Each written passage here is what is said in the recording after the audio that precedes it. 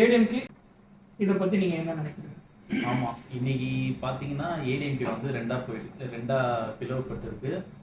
அதில் நீங்கள் பார்த்தீங்கன்னா எடப்பாடி தலைமையில் இப்போ இருக்க பொதுச் செயலாளர் தலைமையில் ஒரு 17 பேர் கொண்ட எம்எல்ஏவும், எஸ்பி வேலுமணி தலைமையில் ஒரு 30 எம்எல்ஏவும் தனியாக போயிட்டுருக்காங்க.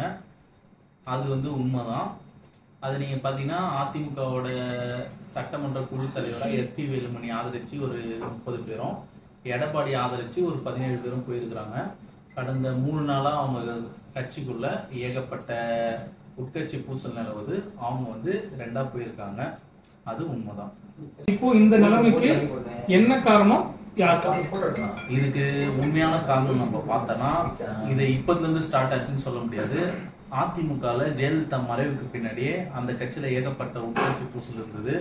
முன்னாடி ஓபிஎஸ் இருந்தார், அதுக்கப்புறம் அவர் வெளியே போகிறதுக்கு ஏகப்பட்ட பிரச்சனை இருந்தது.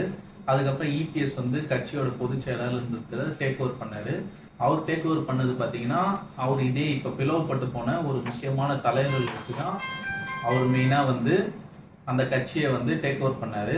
இப்போ அவங்களே அவருக்கு அகைன்ஸ்டாக போயிருக்கிறாங்க. அவங்களோட காரணம் நீங்கள் பார்த்தீங்கன்னா 11 தேர்தலாக அவங்க வந்து தோத்து நிற்கிறது ஒரு முக்கிய காரணமாக அவங்க சொல்கிறாங்க. இப்போ இந்த மாதிரி பிரியறதுனால யாருக்கு லாபம், யாருக்கு நஷ்டம்?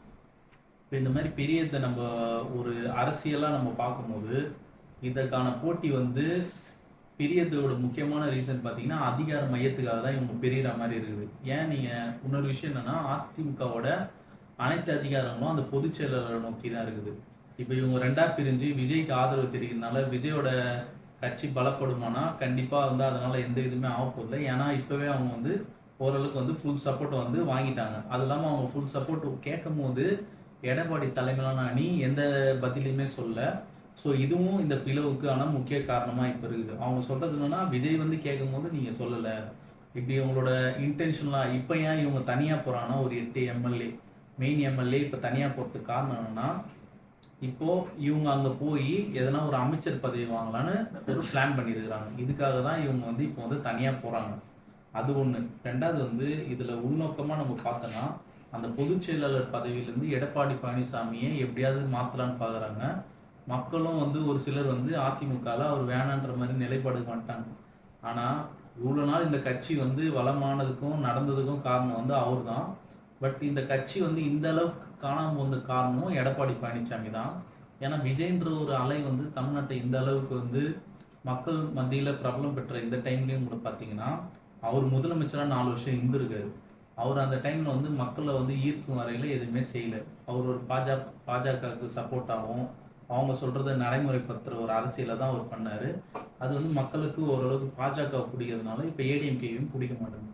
அது இல்லாமல் இப்பவும் பார்த்தீங்கன்னா அவங்க பாஜக கூட இருக்கிற இணக்கம் வந்து மக்களுக்கு சுத்தமாக பிடிக்கல.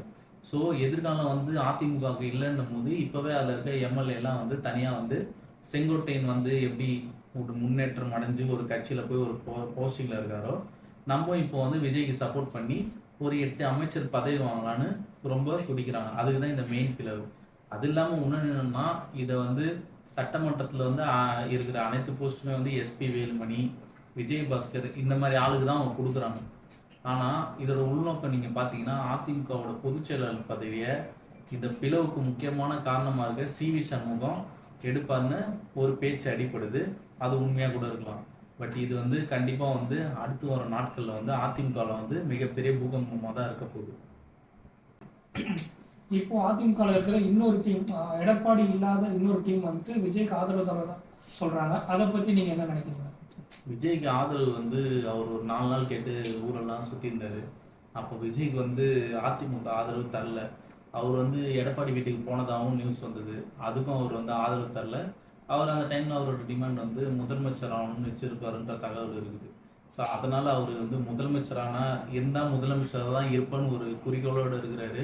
மக்கள் ஆதரவு சுத்தமாக இல்லைனாலும் இப்போ நான் தான் முதலமைச்சர்ன்ற மாதிரி அவர் சுற்றுறது ஒரு பெரிய இதுதான். இப்போது டிவிகேக்கு நல்லதா கெட்டதான்னு கேட்டிங்கன்னா, டிவிக்கு ஆல்ரெடி கம்யூனிஸ்ட்டு, மார்க்சிஸ்ட் கம்யூனிஸ்ட்டு, விடுதலை சிறுத்தைகள், காங்கிரஸ் இவங்களோட ஆதரவோடு தான் இவங்க வந்து இப்போ வந்து ஆட்சியில் வந்து உட்காந்துருக்காங்க. இதில் காங்கிரஸோட மெயின் கண்டிஷனல் வந்து பாஜகவோட தேர்தல் சந்தித்தவங்களோட இது வரக்கூடாதுன்ட்டு தான். ஸோ இது வந்து டிவிகேக்கு கண்டிப்பாக வந்து பேக் ஃபயர் ஆகிறதுக்கு ஒரு சான்சஸ் இருக்குது. வேணா என்னைக்கு வந்து இந்த கம்யூனிஸ்ட் இவங்கெல்லாம் வந்து திமுகவுக்கு சப்போர்ட்டாக வந்து ஆட்சியை கலைக்க ட்ரை பண்ணுறாங்களோ அப்போ வந்து டிவிக்கே வந்து இந்த சப்போர்ட்டை எடுத்துக்கலாம். பட் இப்போ அந்த சப்போர்ட் தேவையில்லைன்னு நினைக்கிறேன். ஆல்ரெடி மக்களால் அவங்க புறக்கணிக்கப்பட்டவங்க தான்.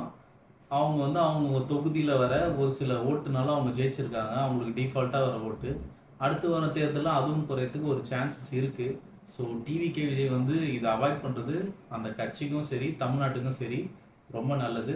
பட் அவர் எந்த முடிவு எடுப்பார்னு நமக்கு தெரியல, உங்களோட போக கருத்து போக தான் தெரியும். உங்களோட கருத்து என்னன்னு சொல்லுங்க. இவங்க சேர்ந்தது பிரிஞ்சது நல்லதா இல்லை டிவிகே கூட ஜாயின் பண்ணுறது நல்லதான்ட்டு. நன்றி, வணக்கம்.